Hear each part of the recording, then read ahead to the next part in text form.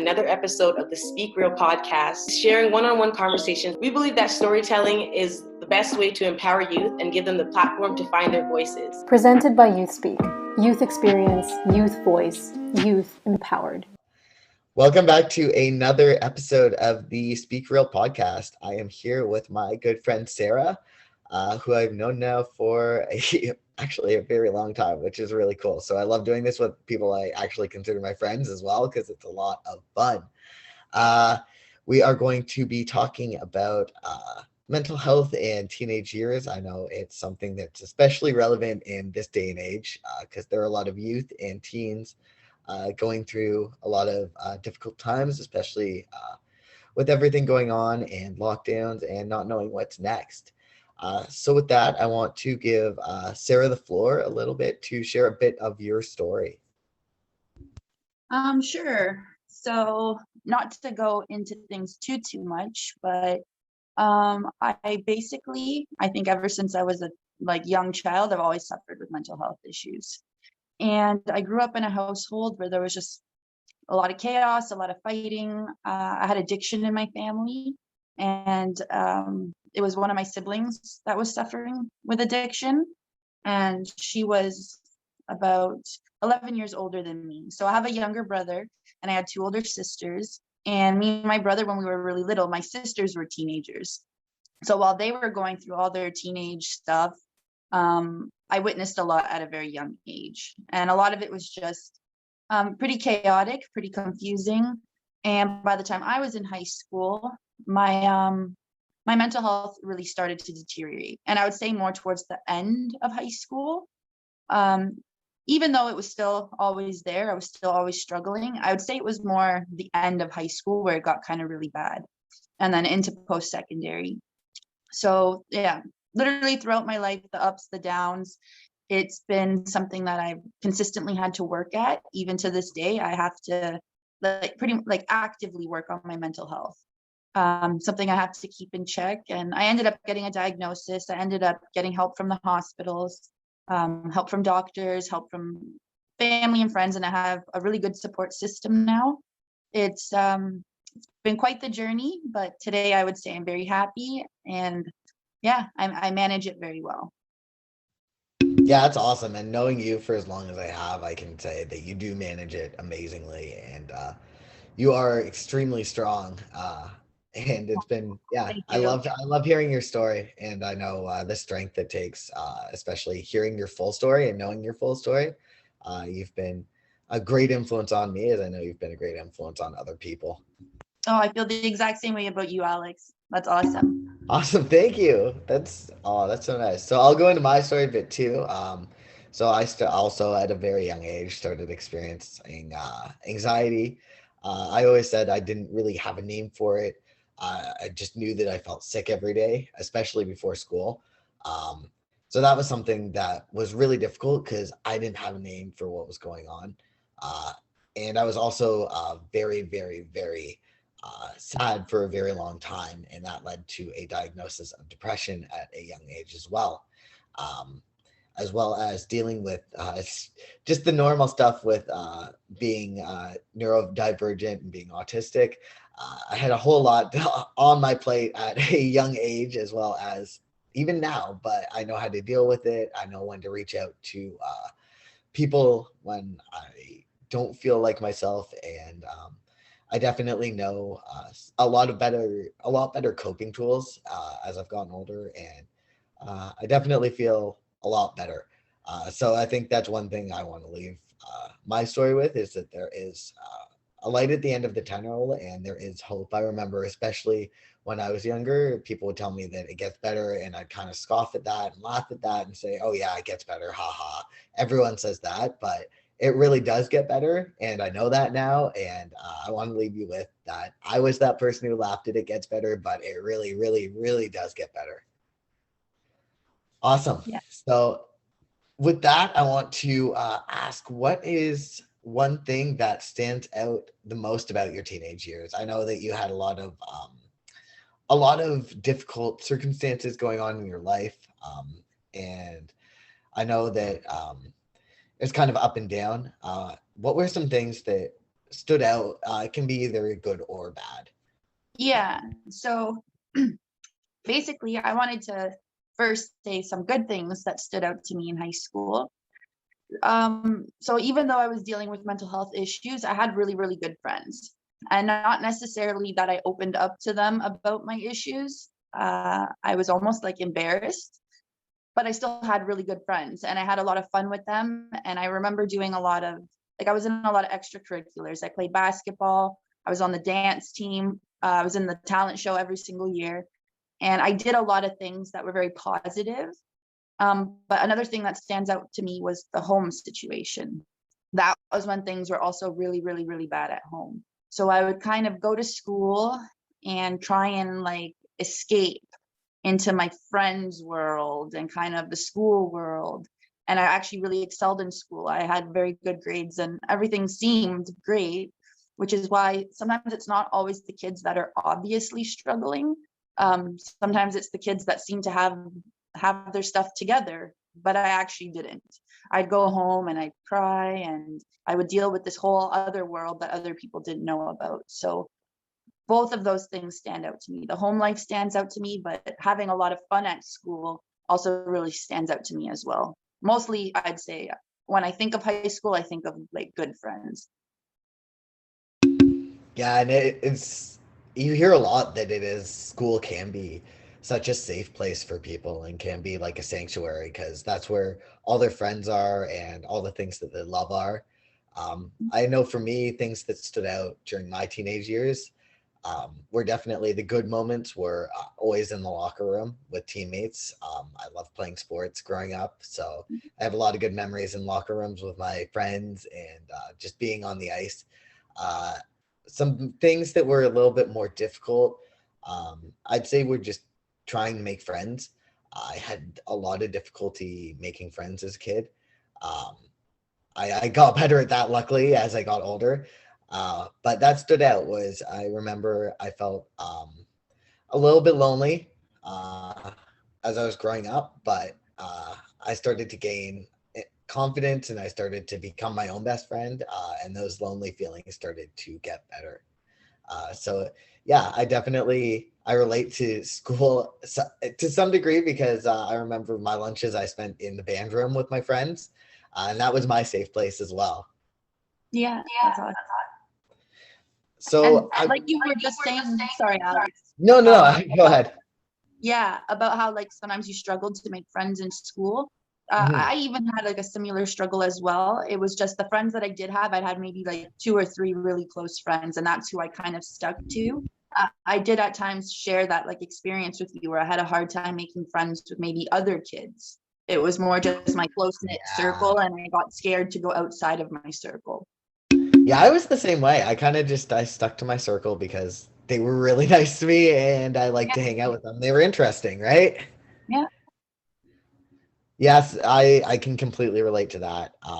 And I still have like I wouldn't say I have the biggest friend group in the world, but my friends that I have are like really, really good friends, and I know that they're going to be with me probably for the rest of my life. So it's really cool. yeah. And it's good to have quality friends, and they're also your support system too, right? Absolutely. And I've noticed, especially my friend group and kind of choosing my friend group closely has made a huge impact in my mental health Mhm. and in my life. Yeah, absolutely. Absolutely. So, what are some of the challenges that you faced when you discovered you were having trouble with your mental health while you were growing up? So some of the challenges I would say that I faced was opening up about it. I didn't understand what depression was, um, but I knew I felt it. And like you mentioned earlier about anxiety, you didn't really have a name for it. I just knew a lot of the time I'm nervous. I have that gut feeling in my stomach. Sometimes I'm really, really sad and I cry at night and all these things. And the biggest challenge would have been talking to someone about it because uh, even my parents, it wasn't really something I wanted to like burden them, sorry, for lack of a better word. I felt like I was burdening them if I was to tell them any of these things. Plus, I had other siblings going through their own problems. And the biggest challenge I had was literally talking about it, finding someone I felt comfortable with saying something, which obviously now I know that I could have, but at times I didn't get the response I wanted, and that would completely shut me down. And I felt like once one person kind of brushed it off or dismissed it, I didn't want to ever talk about it again. Yeah, and I can totally relate to that. That's actually one of my biggest challenges too, was I had a brother, a younger sibling, and he's one of my best friends in the entire world. And I felt incredibly selfish because he was going through stuff, and he still goes through stuff, but he was going through stuff at the time. And I felt like I was taking up all of my parents' attention, and I was taking up all of their energy, and I felt like he was being left in the dust. So I think those feelings of, um, I think guiltiness and being a burden, I've lifted those off my shoulders now. But I think that was something that I really, really dealt with. And still I struggle with sometimes to this day too, feelings like that. Yeah. Yeah, and I like what you said about guilt, because that kind of is the feeling I felt, guilty to say anything else. And in my family, there was four of us, four kids. So you don't want to like have the light shining on you, as all your parents' attention is to help you fix your issues. You don't want to be that, maybe that child that has to do that. So yeah, I know what you mean. Yeah, I totally get that. You never want to take away attention when you know another sibling is struggling too. Yeah. Yeah. So I want to know, do you also think that going through puberty had an effect on your mental health? Yeah, absolutely. Absolutely. Hormones play a role no matter what. You're also, while you're going through puberty, you're finding yourself you're the small fish in a big pond instead of the big fish in a small pond. Suddenly you go into high school and it's a completely different world. I also was sick a lot of the time in school. Like later on, I ended up being diagnosed with something called celiac disease, which is it's a gluten. I could say it's a gluten allergy without explaining too much what it is. But I was sick a lot, so a lot of the time, the going through puberty and having all these other weird changes with my body, also being sick, definitely contributed to mental health issues. Plus, even comparing yourself with other people who maybe are going through puberty faster than you, or you haven't caught up with them, or stuff like that. That all definitely had an effect. Yeah, for sure. And I think there's a lot of like pressure, especially as you hit your teenage years. Um, and there's a lot of like, you have to look a certain way, you have to be a certain way, you have to dress a Mhm. certain way, you have to do your hair a certain way, you have to be cool enough for this. And I think that especially as you go through puberty, those pressures kind of get bigger and bigger. Absolutely.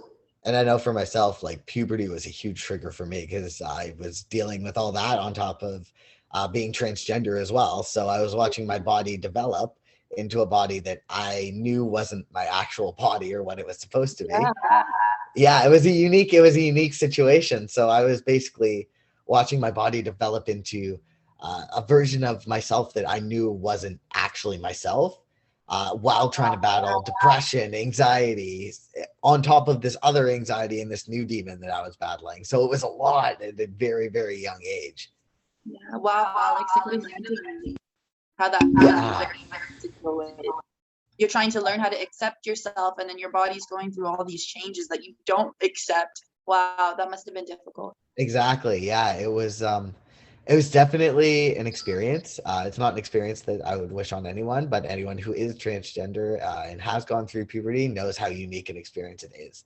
Right. Grateful for it because it made me the man I am today, and allowed me to grow. But yeah, it's a very unique experience and a very unique perspective. And with that, comes coping techniques and coping skills. So I use a lot of those on a daily basis, and I started that very young as a teenager. I don't know about you if you had any coping tools, but what are some of your favorite coping tools that you used, specifically if you have some that you used as a teenager? Yeah. So it's kind of different now. I have some coping skills that are the same, some that are very different. Music and dance was always my, I'd say, first coping skill. I still even remember, like, this was a consistent thing every night, where sometimes I'd go home at night, I'd cry myself to sleep, but I would put my headphones on and fall asleep to music. And every single day I had to listen to music. There couldn't be a day went by that I didn't listen to music. And music can also be a bit triggering depending on what you're listening to, but sometimes it helped me to release emotions. And then when it came to dance, it helped me almost move emotions through my body. Also, music is a part of dance, so that was just like a huge thing for me. Every year I was in the talent show for dance, so that was probably my main coping skill. I also enjoyed playing basketball. I was on the basketball team. I enjoyed hanging out with friends. I always enjoyed art. Today I still do art stuff. I like to paint rocks. Today I would say I enjoy reading and bike riding and writing, but in high school it was mostly music, dance, and basketball. Yeah, I was very similar in high school too. Music, and I was especially into playing in band, and I had a band in high school, and I loved music. It was a huge release for me. And I always say in my presentations, especially, that music is kind of like, especially songwriting, it's kind of like a diary. Either keep it personally for yourself, or you can release it to the world, and maybe someone will relate to you, which is really cool because you're touching someone without even knowing it. Yeah, no, that's really cool. Now that you just brought that up, I totally remember being little and writing my own songs and singing my songs and thinking one day I'll be a pop star. But it was I totally was the same. those times where you perform in front of your mirror with the hairbrush. Yeah. I had a like a kind of reading nook, and I used to take the like little reading nook platform off, and I'd use it as a stage, and I'd like perform and pretend like no one else, like I was in a huge arena, even though it was just me and like a chair, but like it was awesome. That's awesome. What instrument did you play, Alex? Oh, see, I was my air instrument. I was always the air vocalist. Whenever I put on music, it was always like I'd have. I wouldn't even have a brush. It would be like I had. That's the funniest thing, because I've always sung. I've always played guitar, so I had actual microphones. I just wouldn't plug them in. So I just pretend like I was singing along to the music, and I'd lip sync and stuff like that. Tell me your instrument of choice, your dance instrument of choice, air instrument of choice, if you will. Yeah. So, well, when I was in band, I played clarinet, but I wasn't dancing to the clarinet or nothing. But that's what I played in band. I had both a violin and a guitar. Oh, nice. Yeah, unfortunately, I never really stuck with it too much. Lately, I actually took out my guitar, and I'm trying to like get back into that. But we'll see how that goes. It's so much easier to retain things when you're younger, but I'm trying to pick that back up. Yeah, and honestly, like I think you should keep at it, because the brain can completely rewire itself, and that's the best part. It's like I've been learning so much stuff since COVID hit. Like I've been I did online classes at the very beginning, so I was learning a lot there, but now I'm just learning for fun, because there's nothing else to do. So I'll pick up like, I'll go to different websites, I'll read different articles, and I think like especially stuff like instruments right now is especially soothing, and it can really help, especially when you're feeling heightened anxiety. I think music is a very underappreciated tool that we have as humans. Yeah, I absolutely agree with that. And actually, now that you're mentioning like throughout the pandemic, learning new things, I think I said it earlier that I've been rock painting, like painting rocks. Yeah, tell me about that, please. Oh my gosh, it's so fun. It's so cool. So basically, I'll go to, say, I don't know, the lake shore or something, and I'll get a bunch of rocks, bring them home, clean them off, paint them, and then just do a whole bunch of designs here. I don't know if you can see that. Whoa. Oh my gosh, that's so cool. Yeah.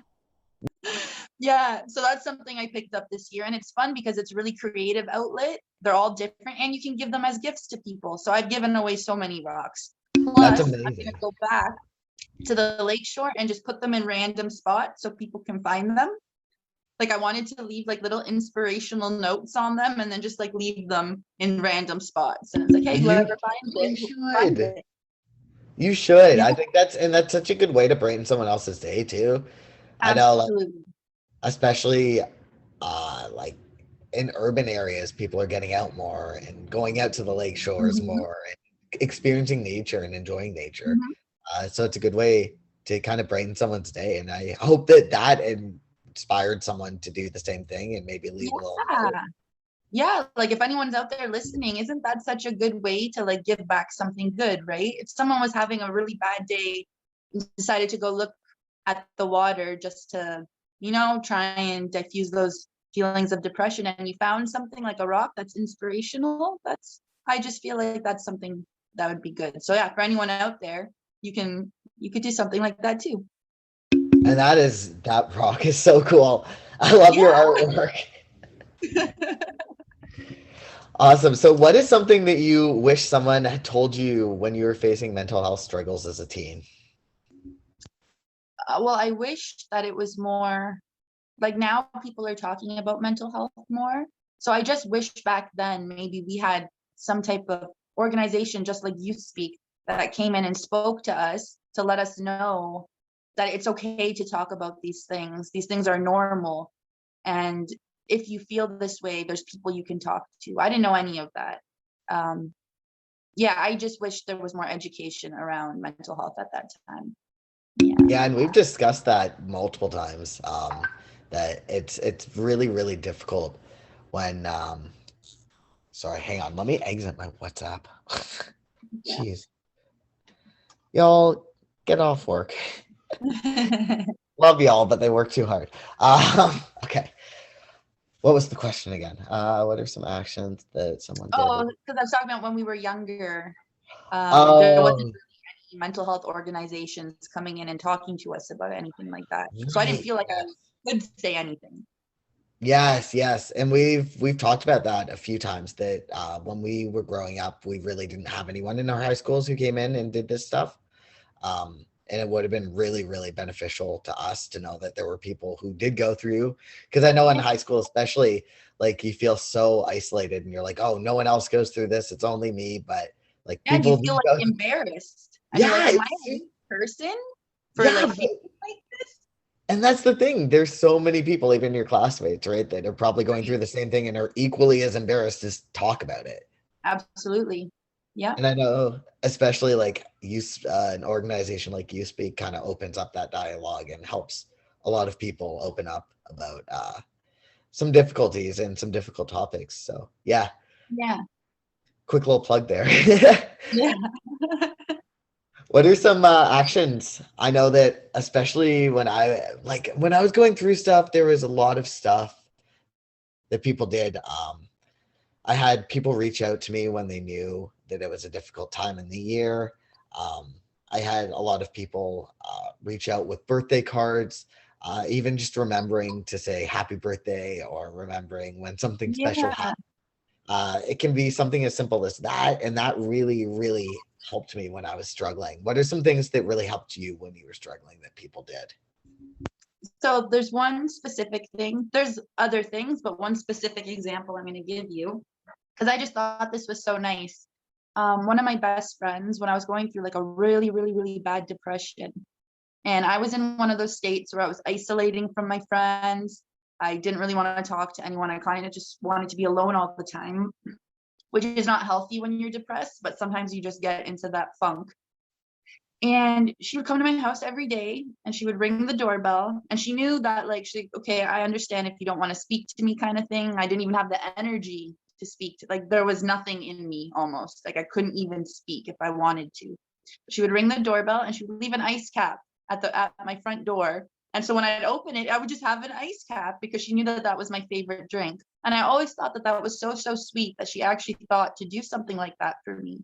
And That's she even incredible. acknowledged the fact that I might not want to speak to her in that moment, but that I would appreciate that really nice gesture, and it was something I still remember to this day. And that's the thing, something even knowing your friends that well and knowing, hey, maybe they're not up to talking, may I can do something that might make their day just a little bit easier. Yeah. Yeah, because it's true, when people are really depressed, it's hard to even socialize. Like, you really go into a dark place, and I appreciated that she understood that I don't hate you, I'm not mad at you. I just literally can't speak to anyone right now. I'm going through a lot. Yeah, and I know even when I was living at home, my brother, when I was in a really dark place, he would just come into my room, knock on my door, and say, "Hey, Yeah, bud, you okay?" And I'd be like, "Yeah, I'm all right. Like, I just don't want to talk," and he'd just yeah, leave. But knowing he was there if I wanted to talk, and knowing that he was willing to be an open ear for me was so helpful. yeah. Just that little check-in. It's like, okay, Mhm. someone is there. Exactly. And with that, speaking about struggles, keeping on that, do you think the struggles that you kind of went through, the difficulties that you faced as a teen, have helped shape you into the person that you are today? Yeah, absolutely. Everything you go through makes you who you are today. I can't pretend I don't have any regrets from when I was in high school. I do have some regrets. But over time, I learned, I learned who my real friends were. I learned who I had in my circle. I learned more about myself. I learned obviously about mental illness, and looking back, I can relate those to specific reasons and to specific things that were going on. But I won't say I had absolutely no regrets. I really wish I had have talked to someone. If I had gotten maybe some help before I graduated, I wouldn't have gone to college 3 different times, which was okay. It still got accomplished, but I really struggled in college. And I wish in high school I had got the help for it. So, but it all has definitely made me who I am today. I just want to be able to tell younger kids who are in high school right now, get the help now, get it as soon as you can. Don't put it off, don't wait. Your mental health is important, and you should put yourself first and do what's best for you. Yeah, I fully agree. And I think reaching out, I think there's a lot of people who feel ashamed to talk to someone and go to a therapist. And no matter what age you are, there's no wrong time to find someone to talk to and someone whose advice is, as I always say, therapists are just a neutral ground. They're a third party opinion where they know you, but they're not coming in from a friend perspective where they're going to give Right. you an opinion that is kind of geared towards you. They're going to give you an honest opinion, and they're there to help. And I think there is a lot of fear about, especially going to a therapist, because it's like, I don't know what to do. I don't know about this, but they're there to help you. And there's no shame in reaching out and needing a third party opinion on stuff. Yeah, absolutely. And at certain times you might have like for me, for instance, I need a psychiatrist as well because I need medication. And at one point I was very, Exactly. no, I don't want to take medication. Like, that's not for me. Even up till pretty recently, even up till last year, I was feeling weird about, oh my gosh, I have to be on medication for the rest of my life. Like, what? But then it's like you had to get over that shame and realize that mental illness is also a health problem, just like any other part of the body. And if you need medication, you shouldn't feel embarrassed that you need it, and you shouldn't feel ashamed. So there's different professionals that can help you in different ways. And yeah, I wish I knew that in high school. Yeah, me too. And I wish I knew that there were different ways to reach out too. Like I remember when I went to a psychiatrist, I went through my family doctor, and I didn't even know that was possible. I didn't even know where Right. to start with any of that, right? Because no one talks about it. Yeah, it's No one true. tells you how to do it. No one tells you if they tell you if you bruise your knee, if you break a bone, you go to your doctor. But what happens when your mind doesn't feel right? When your mind feels like you don't feel like yourself? No one tells you how to get to a doctor for your mind, and it's important that it's talked about. And that's the thing too, Alex. It's like if you go to a doctor and they're not giving you what you need, you can go get a second opinion somewhere else. Because a lot of times, maybe a doctor will write it off as well and say, oh, it's just puberty, it's just hormones, you're fine. Exactly. Yeah, but it's okay to also go get a second opinion or go to someone else. Like if one person won't listen, somebody else will. And I had that experience firsthand. I actually had a psychiatrist when I first came out as transgender tell me I wasn't transgender because he read a description online that didn't line up with exactly what I was presenting, even though I was presenting it. So I went and Right. Yep. seek the second opinion. Yep. And as we can see, I'm living a very full, happy life as a man, as the gender I am supposed to be. Yep. So that doctor was incorrect. So it is important, especially to advocate for yourself if you feel like something is going on. And I think it's important too that it's almost encouraged that you seek a few opinions because you never know, right? Absolutely. Absolutely, Alex. Awesome. So I also want to, going back to that kind of topic, would you kind of go back in time if you could? If say you had a time machine, would you go back and change anything about your life? Or are you kind of okay with how it went because of how you turned out now? Well, yes, I'm okay with how it went. Like I said earlier, I kind of just wish I had said something and got help a bit earlier. Maybe it would have made life more smooth, but life's a bumpy ride anyways. Life's a journey, so that's okay. Some unhealthy things I had done maybe at the end of grade 12. I wish I had never kind of dabbled in that area, but I can't take that back. But that could have something, I'll just tell you, using substances a bit in grade 12 was something I wish I'd never done. And if I could take that back, I truly would take that back. But everything else, things happen for a reason. And like we mentioned earlier, it is who I am today is because of all my experiences. So yeah, that's yeah.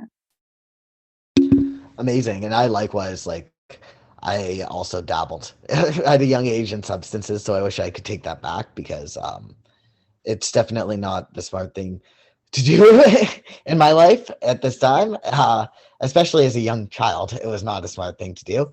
But we live and we learn, right? So I learned now that, you know, it shaped me. It made me who I am. It made me a better person now because I learned and I had to work to overcome that. So I think that I'm really resilient now because of that. But I wish that I hadn't done it in the first place because I saw how it affected my family. I saw how it affected my health. Yeah. And now, especially as I get older, I see more and more now how it affected my family because I'm seeing it through their eyes. So I think I would definitely take that back. And I think probably some of the words I said to my loved ones at certain times as well. Yes. It was Yeah. very cruel to loved ones when I was sick. And even though I know it wasn't me, I wish I could take that back and I wish I could have been a lot kinder to them. Yeah, that's absolutely exactly how I feel as well, Alex. Like, so, oh my gosh, to my parents, some of the things I said, the anger outbursts I would have, feeling like I'm being attacked all the time when I'm not being attacked. Just looking back, I can really see where my mental health was completely struggling and I was taking it out on other people. And yeah, I have a really good relationship with my family now, but when I was younger, there was issues there, and yeah, I wish I could take back a lot of things I said. Yeah, only thing you can do now is try and be better and apologize and make amends and go forward and try and be better every day. I fully agree.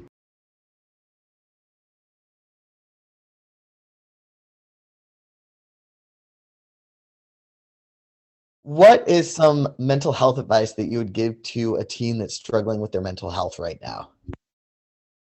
So a teen that's struggling with their mental health right now is the same advice I would have given to myself, kind of what we've been talking about, is tell someone. If you can't tell your parents, because I know sometimes it's maybe hard to tell your parents or your parents don't understand, then talk to a teacher or talk to a school counselor.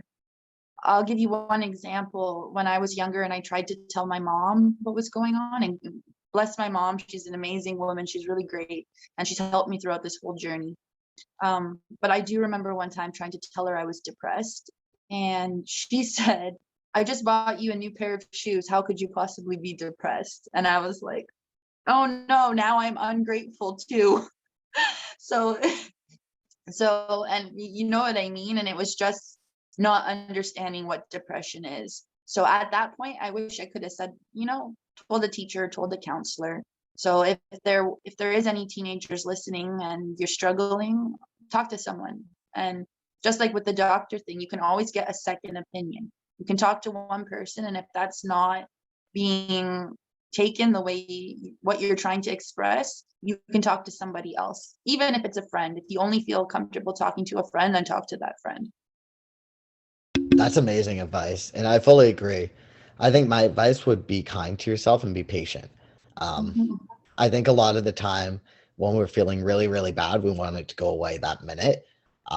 But I think it's important to take a step back and realize that sometimes things can take time, but we can use our coping tools and we can self-care to make the meantime a little bit easier and a little bit gentler and kinder. So I think it would really be just take a step back and be kind to yourself, because being a teen is tricky. It's Yeah. not easy. It's one of the hardest times in life. And just being kind to yourself and knowing that it does really get better is some of the best advice that I'd be able to give. Yeah. Like the self-compassion is huge. Exactly. And I think especially now in times like these, knowing that there is hope and that there is a light at the end of the tunnel at the end of the day is very, very important. Definitely. People got to have hope. Exactly. Awesome. So we could go on for hours, and I wish we could. But that has been another episode of the Speak Real podcast. Sarah, it's been amazing. I'm excited to catch up after the podcast as well. Yes. Thank you for having me. This is great. It's been amazing. So yeah, we will be back with another episode of the Speak Real podcast next month. Stay tuned and make sure that you speak real. If you want to hear more stories, don't forget to subscribe, comment, and like. To support more youth by youth led projects, visit us at youthspeak.ca, where you can donate and spread youth mental health awareness. YouthSpeak Performance Charity. Speak, inspire, change. Thank you so much, and we will see you next time. Bye.